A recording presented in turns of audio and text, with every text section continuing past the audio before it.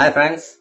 So நம்ம CSK series டாப்பிக்கில் cricket, cinema, serials, கடி ஜோக் இந்த வரிசையில் நான் இன்றைக்கி சீரியல் பற்றி பேச வந்திருக்கேன். உங்கள்கிட்ட கொஞ்ச நாள் முன்னாடியே சொன்னேன், இன்னொரு சீரியல் என்னுடைய க்ளோஸ் டு ஹார்ட் ஆட் ஆகிருக்கு அப்படின்னு சொல்லிட்டு.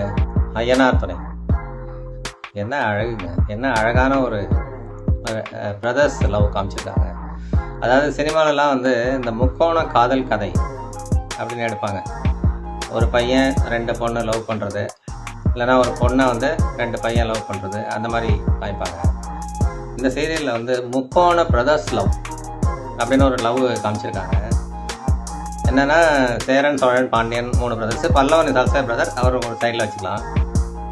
கொஞ்ச நாள் முன்னாடி என்னாச்சு, பாண்டியனுக்கும் அவங்க லவர் வானதிக்கும் வந்து அண்டர்ஸ்டாண்டிங் சரியாக இருக்கா இல்லையா அப்படின்னு செக் பண்ணுறதுக்காக சோழன் வந்து இனிஷியேட்டிவ் எடுத்து பாண்டியனுக்காக போயிட்டு வானதிகிட்ட பேசி அவரோட லவ்வை காமிச்சார். பாண்டியன் வந்து தட் இஸ் சோழன் வந்து பாண்டியன் மேலே இருக்கிற லவ்வை காமிச்சார். பாண்டிக்கு வந்து மேரேஜ் பண்ணிடலாம் அப்படின்ட்டு 2 வீட்லேயும் அக்செப்ட் பண்ணிட்டாங்க, வானதி கூட மேரேஜ் பண்ணிடலாம் அப்படிங்கும்போது.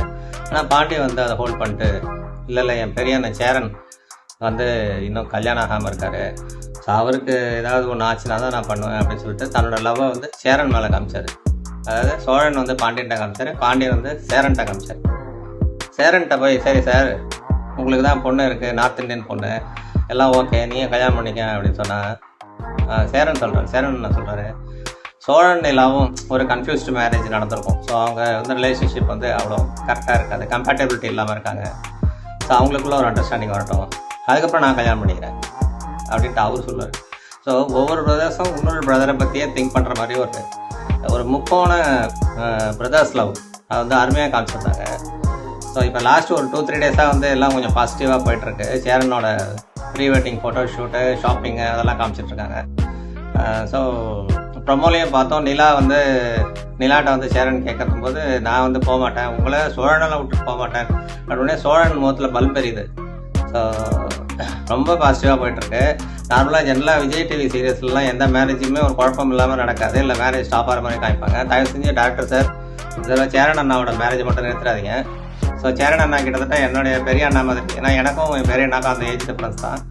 ஸோ அந்த ரிசம்பிளன்ஸ்னால இந்த சீரியல் ரொம்ப எனக்கு க்ளோஸ் டு ஹார்ட்டாக இருக்குது. ஸோ இந்த ஒரு ரெக்வஸ்ட்காகவே இந்த பதிவு போட்டேன். So let us hope for the best. நீங்களும் வந்து ஐயனார் துணை பாருங்கள். இந்த கண்டென்ட் பிடிச்சிருந்ததுன்னா லைக் பண்ணுங்கள், கமெண்ட் பண்ணுங்கள், சப்ஸ்கிரைப் பண்ணுங்கள். Good night.